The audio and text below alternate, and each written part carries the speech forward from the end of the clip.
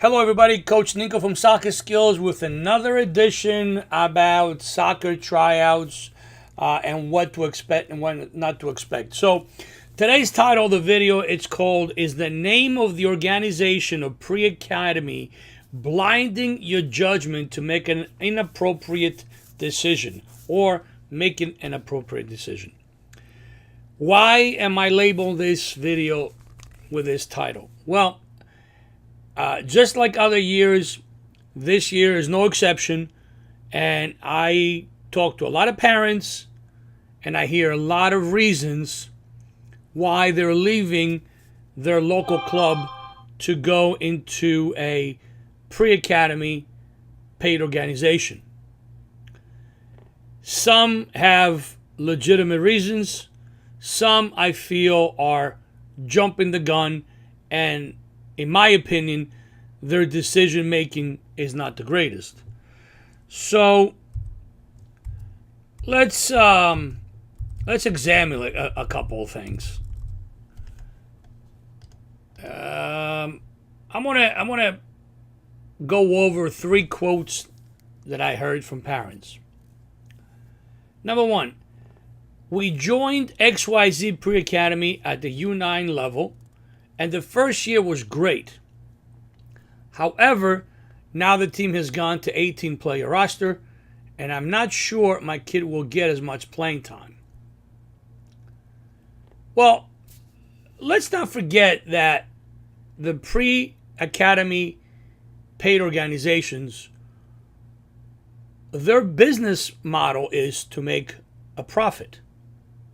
So when a U9 team is created, or if they're U8 and advance into U9, usually they play on a small field, so they may not need as many players. The following year, they might need a couple extra players. Now, their roster can fluctuate. They can basically have as many kids as a training company or paid organization wish to take. They don't have to roster every player for the game. So you could have, in a scenario that maxes the roster for games, let's say at 14 players, you could have a pre-academy team that has 18 players, has 20 players, has 24 players, but not every player will go to the game. They have to earn their time, and the coach will be the judge on which players will make the game roster based on maybe attendance, based on effort, based on performance, based on communication skills, based on participation, based on a lot of things that, a coach may deem important. But their job is to put as many kids as possible on the team, because at the end of the day, they're looking to turn a profit. Should you be going at a U8, U9 level into a prepaid academy or a pre-academy situation? Well, that's something that the individual family has to decide. Here's another quote. After we got an offer from XYZ Pre-Academy, we found out that the coach has changed. Now, we do not know where we stand. That could also happen. A coach runs tryouts for his or her particular age group or team, makes out offers, families accept, they put a deposit, and then circumstances happen where maybe that coach has to move or has to change companies, and the new coach comes in.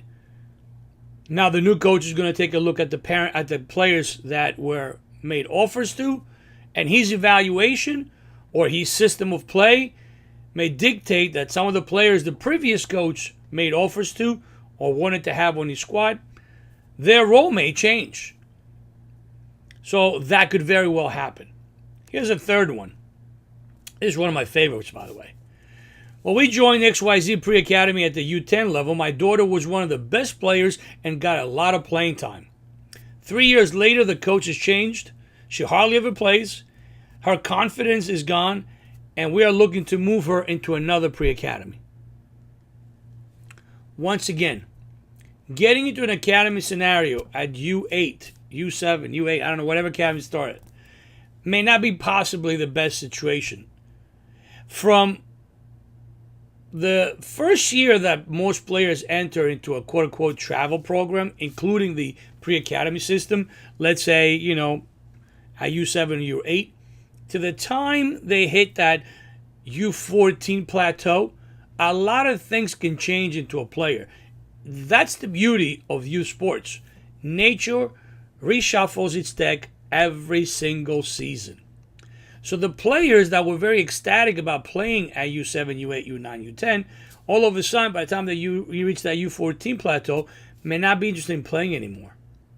So now, if all the money you invested into this program for the 2-3 years, and your kid was the best player, okay, after 3-4 years, if the coach, don't forget again, these organizations, their job is to put the best possible team on the field.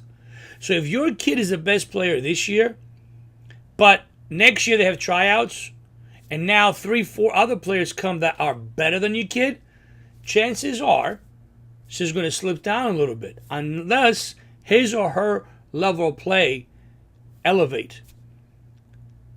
So he or she may be the best player on the team, but after tryouts, now she may be 3rd, 4th, 5th in the skill level pool. So naturally, she may not get as much playing time, especially if a team gets better at the specific position your kid is playing in. So she's playing in midfield, he's playing in midfield, and next tryouts, 3 midfielders can make the team, which happen to be better than your player. All of a sudden, your player is not a starter anymore, and he or she may be 2nd, 3rd, 4th in the chart.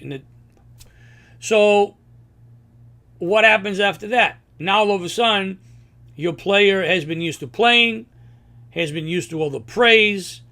Now doesn't play anymore. Who knows what goes on between mom and dad and the player off field? Okay, which a lot of times can contribute to a player's confidence going down. And now all of a sudden, the player doesn't want to be there anymore, and mom and dad have to move that player someplace else. What happens to all the money that you guys just put into that program? Now you have to go find something else. So the reason why I'm saying these things is because, again, I feel that the lower level, or should I say the lower age groups, should be more cautious and wait a little bit more before they make a decision to go into a paid pre-academy system. You guys need to take some responsibility and do some homework before you go to these tryouts. And I know that 99% of the people out there, their homework basically is, well, so-and-so said that they were a good outfit. Well, so-and-so, his daughter or her daughter, his son or her son went through the system and they were very happy. Unless they know the coach and they have had that particular coach, and you guys are trying for the same coach, and you know the philosophy, and you know the methods that you use, and all that good stuff, basically saying that they're a quality organization is only part of the statement. You have to do some due diligence, some homework, and find out the following things. We're looking to move from one club to another. We should find out about the coach of the team, his coaching style, his methods, how does he like to work, and most important, you guys should go and look at 1, 2, or even 3 games of the particular team that you're interested in joining, so you can get a feel. How does the coach coach? Every coach has a very distinct style, and that style is going to determine the type of players he or she may be looking for. That style may dictate how he substitutes and how long the kids play. So not only should you find out about the coach and his methods and philosophy and whatnot, you should possibly attend a few games. I know that the majority of families do not do that. So after you've done all your homework, you ask yourself, what am I trying to gain from switching teams? Why am I going from a club team to a prepaid academy team? Is my child trying to be in a better situation and get more playing time? Am I going to be, or my child going to be in a situation where I'm working with a better coach, a better teacher? Are both situations going to happen, which is ideal? And of course, you have to take into consideration what you're leaving behind and why. So the reason why we're bringing all these things is because I hear these things on the tryout grounds, and I feel that decisions are made for the wrong reasons. It's only an opinion. Not saying that everybody's that way, but I just hear things, and then 2-3 years later, the statement might be, well, we made a mistake. We should have known better. We should have done more homework. Now listen, that's all I do. So what a family may be going on the first year, moving from a club team to an academy, I've already seen multiple times. What a family is going after 3-4 years in a paid organization, where now their kid went from first to last, they're not happy anymore, confidence is shot, they already spent a lot of money, they think it's a mistake. I already seen it happen multiple times. Okay? Guys, you got to really, really take into consideration that all this is not only, it's a time commitment, it's a psychological commitment, it's a financial commitment. Okay? You need to take all this into consideration, and don't be too anxious to jump into a paid organization scenario.